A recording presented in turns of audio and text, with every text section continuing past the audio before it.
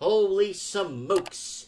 Okay, guys, we're going to get our first guest on. We're going to get Rex, our man Rex, on the phone. Rex has been having a really hard time trying to sell his house. Let me give you a bit of a backstory. He had an offer. He was ready to sell at $1.3 million in Vancouver, and then he denied the deal because his real estate agent said he could get more because prices are going to keep going up. So let's get him on the phone, and now he's got an offer on the house, so we're going to be following this property. Maybe we'll look it up on MLS. I'm not too sure if he'll allow us that because he wants to remain private for purposes, those kind of purposes, work purposes or, nowadays if you're an affiliate of mine, it's actually bad. And, yo! Oh, hey! How are you? Do you know who this is? Hey, this is Mike Martins. That's right. Okay, bud. I know you're Rex Cohan. I know, Rex. So I know you're pressed for time and you don't have much time. What's going on? What's happening at your place in Vancouver? And what are you going to do? Okay, Rex. What's happening right now in Vancouver is there is going to be a slight price correction. And basically, last year was the peak of the housing market in the Lower Mainland. For instance, a house that was listed at $1.35 million last year is probably going to sell maybe for $1.15 if you sell now. But if you wait, it's going to drop another $200,000 by next year. I just got off the phone with a friend of mine in Toronto, and he says houses that were selling at 1.5 are now selling at 1.1. So the market is in correction, and this has to do with the global economy, with the trade war, with Trump and Xi Jinping in China. Okay. I think it's affordability is the issue, but what did the real estate agents tell you? Well, my real estate agent told me that my agent's still telling me that houses should still sell at a competitive price, but it looks like the agents don't know. The real estate agents don't know about the trade war or the global economy, how it's moving into a downturn cycle right now. I do have to agree with you on that. It is. But the thing is, I think we've been in a downturn cycle for the last 2 years. I think it's becoming a little bit more obvious right now. Oh, big time, Mike. Let me tell you right now, that, I have my house on sale, and I'll be lucky if it moves for 1.15 right now. And if I wait any longer, I'm telling you, next year, it'll drop another 200 big ones. Yeah, another 200 large. Yeah, easy. So I'm thinking that, a house that was worth 1.35 last year, or 1.15. I think you can easily over the 2 years, including this year and next year, you can easily cut $500,000 right off the price. So 1.5 will sell for $1 million. Something that was listed at 1.3 will now sell for $850.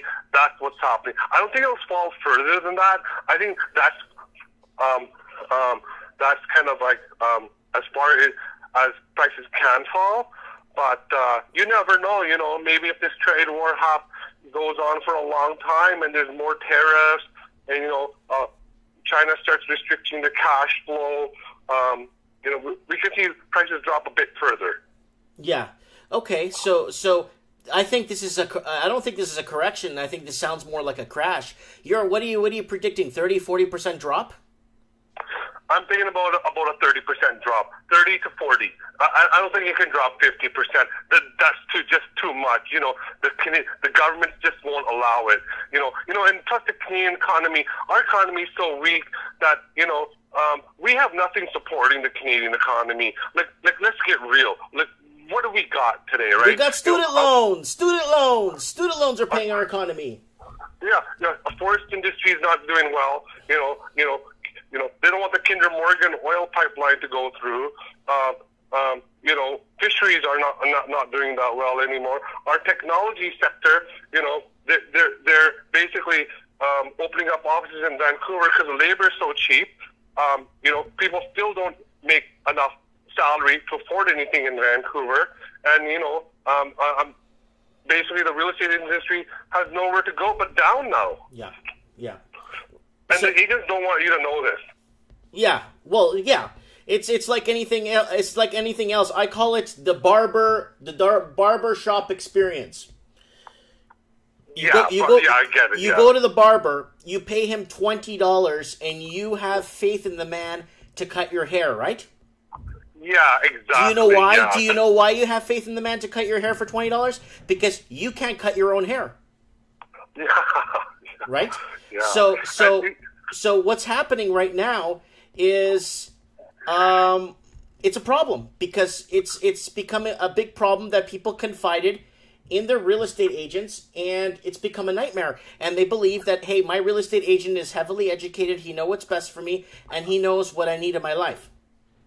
Yeah, the agents don't know what you need in your life. Believe me, they know what they need in their life. And you know what they need in their life? They need more money. But they don't know what you need in your life. Mm-hmm.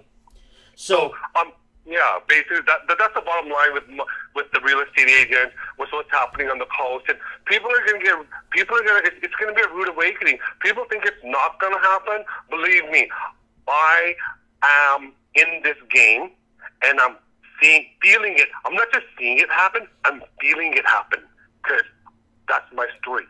Last year I had a deal at 1.35, but I negated it. I hired a lawyer to negate the sale. I thought prices would continue to go up.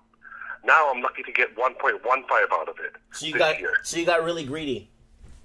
Well, I didn't get greedy. I was talking to some friends, and they're like, there's nowhere to build in Vancouver. We got mountains on one side, the ocean on the other side.